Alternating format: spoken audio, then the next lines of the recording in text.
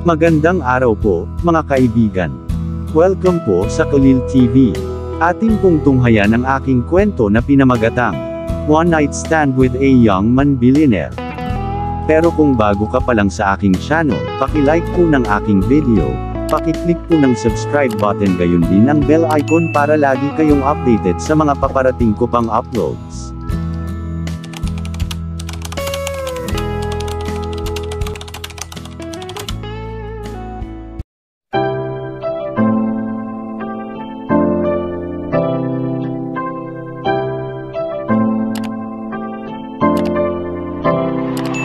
Kalil TV.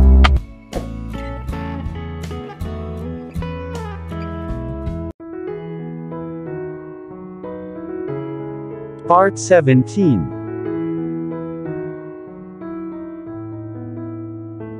Nagising ako na sobrang init. Sinubukan kong gumalaw ngunit napansin ko ang isang kamay, ang kamay ni Gabriel na inipit ako sa katabi niyang kama habang nakahiga sa bilog kong tummy na nagpapangiti sa akin. Lumawak ang ngiti ko nang maalala ko ang lahat ng nangyari kagabi. Tumingin ako sa paligid at napansin kong umaga na. Ang umaga na dapat ikasal si Gabriel. Lumipat si Gabriel sa likod ko.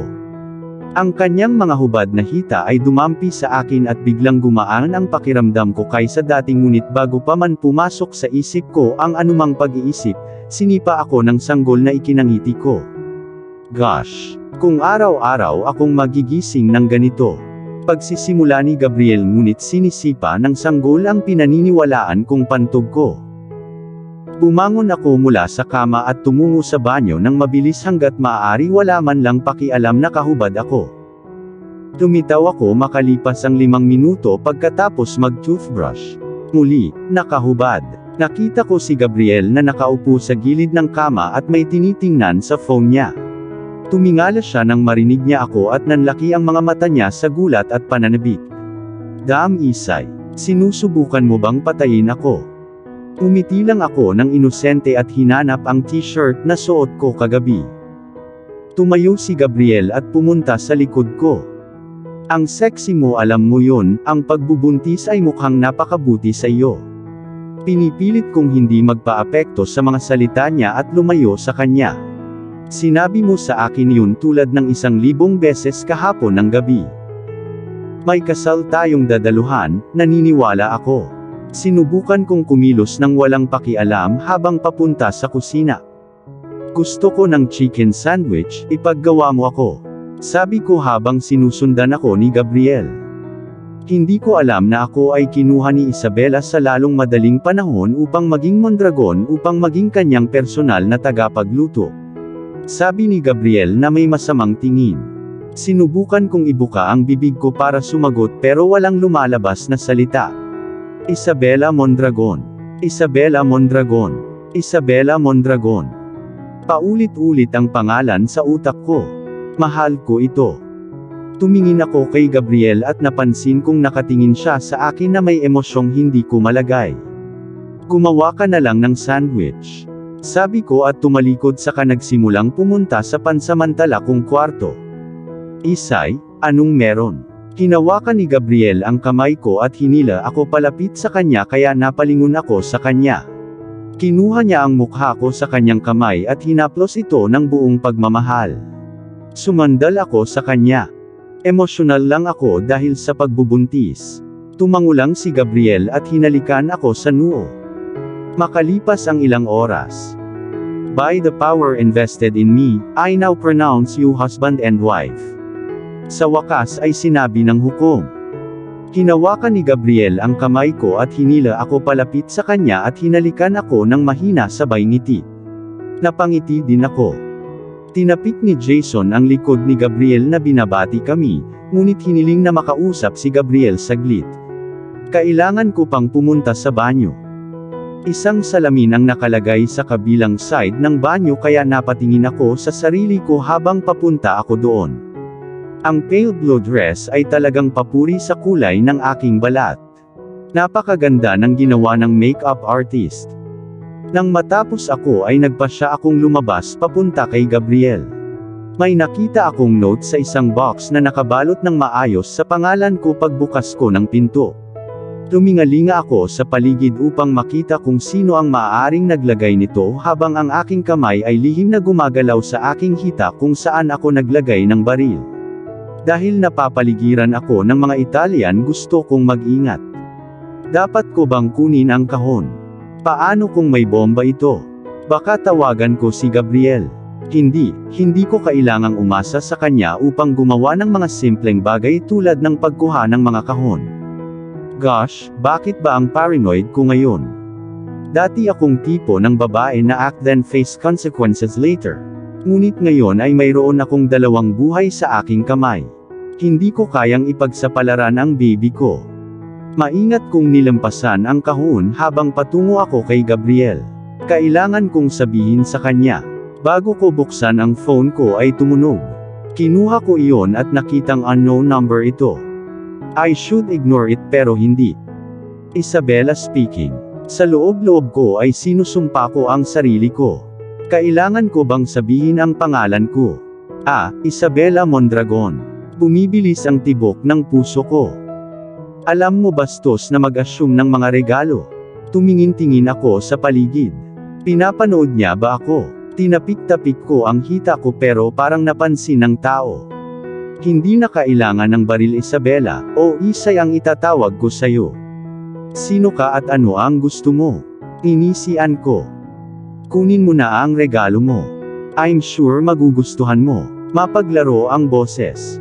Hindi ako tumatanggap ng mga regalo mula sa mga estranghero. Mukhang delikado at matapang ang boses ko pero sa loob-loob ko nanginginig ako. Pinatay ko na ang tawag at nagpatuloy sa paglalakad patungo kay Gabriel.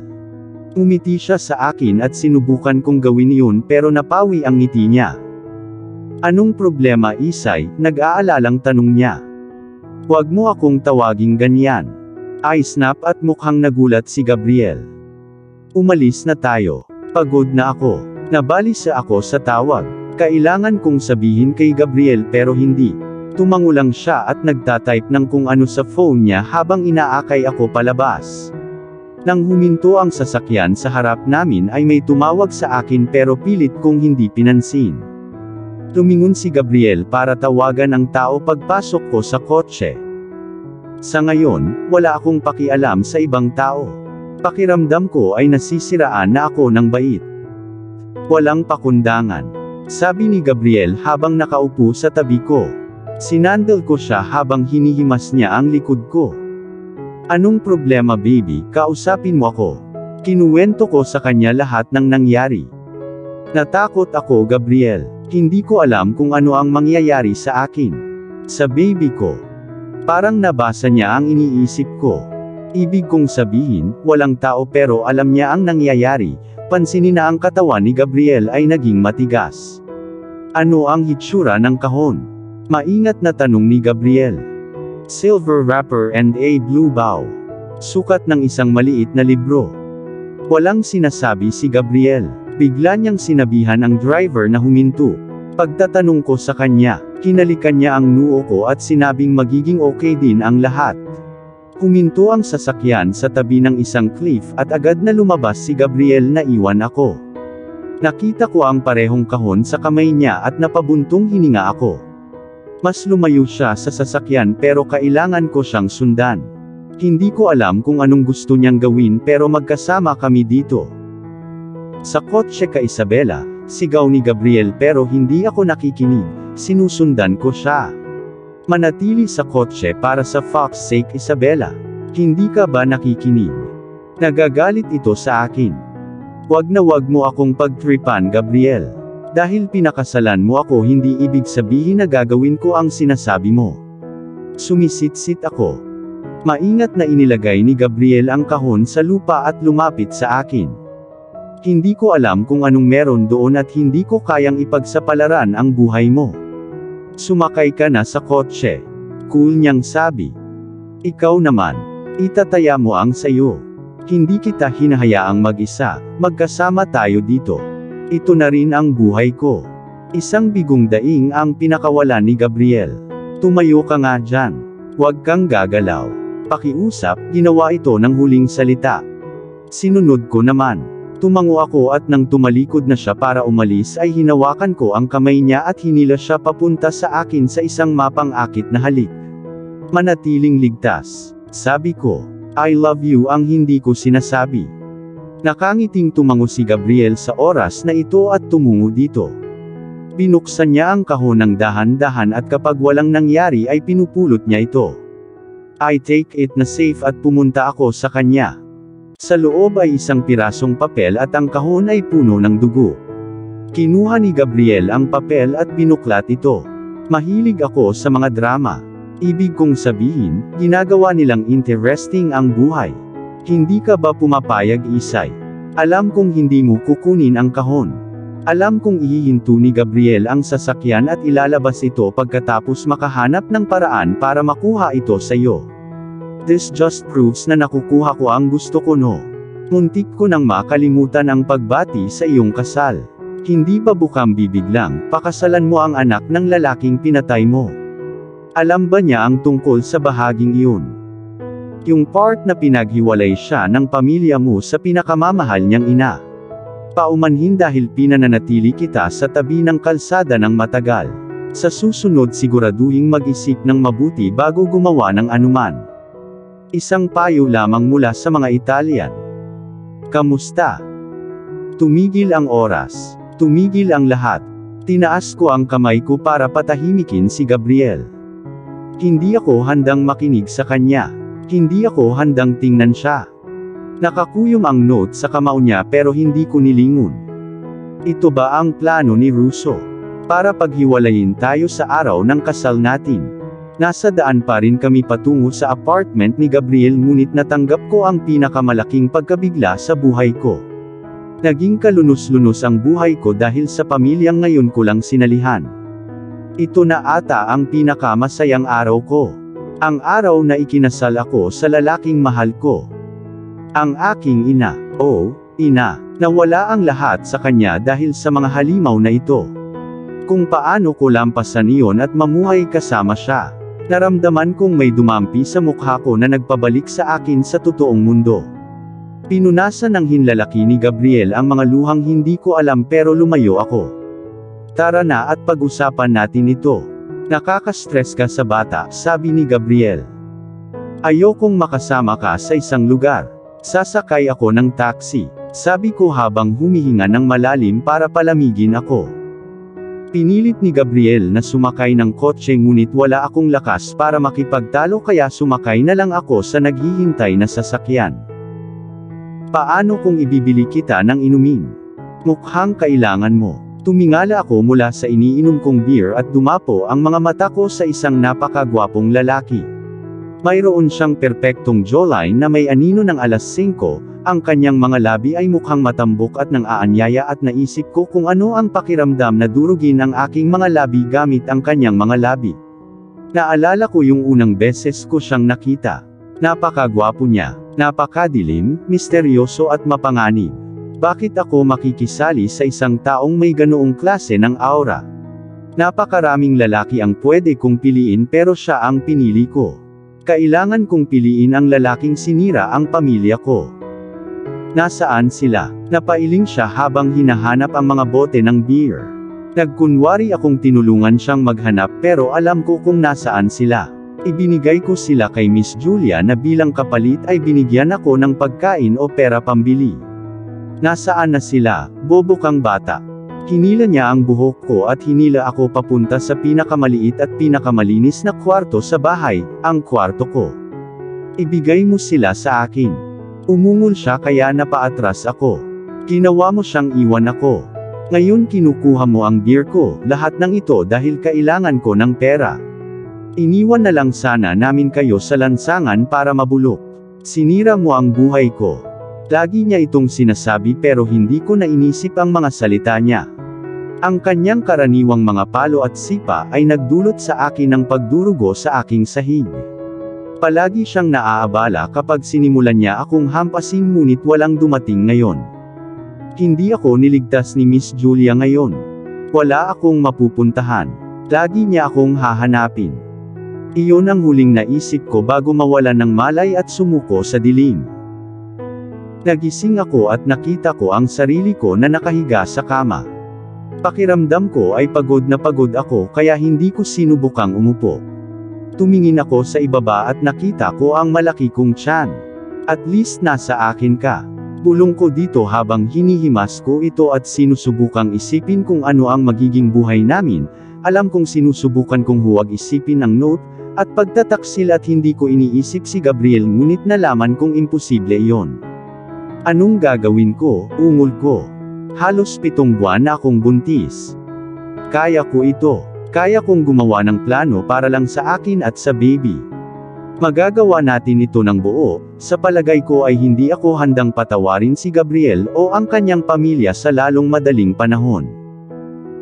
Isabela. Narinig ko ang boses ni Gabriel mula sa pinto. Hating gabi na. Ano ang gusto niya? Hindi ko siya sinasagot. Sinusuri kita. Nagkaroon ka ng bangungot 1 oras ang nakalipas, sabi ni Gabriel. Gusto ko siyang sigawan na wala siyang pakialam. Hindi siya dapat magpanggap na may pakialam siya ngayon. Alam mo na ang lahat ngunit hindi mo sinabi sa akin, sabi ko. Bakit wala kang sinabi sa akin? Pakiramdam ko ay may kung anong kumurot sa dibdib ko. Pakiramdam ko ay naninikip ito at kumakayod pero pinipilit kong magtiyaga. Mas malala ang pinagdaanan ko. Pero mas masakit ito. Si Gabriel ay lumipat sa tabi ng kama at tumayo sa aking linya ng paningin pagkatapos ay lumuhod sa aking antas. Oo, sabi niya at lalong lumakas ang kaba sa dibdib ko. I figured it out a month ago pero wala akong lakas ng loob.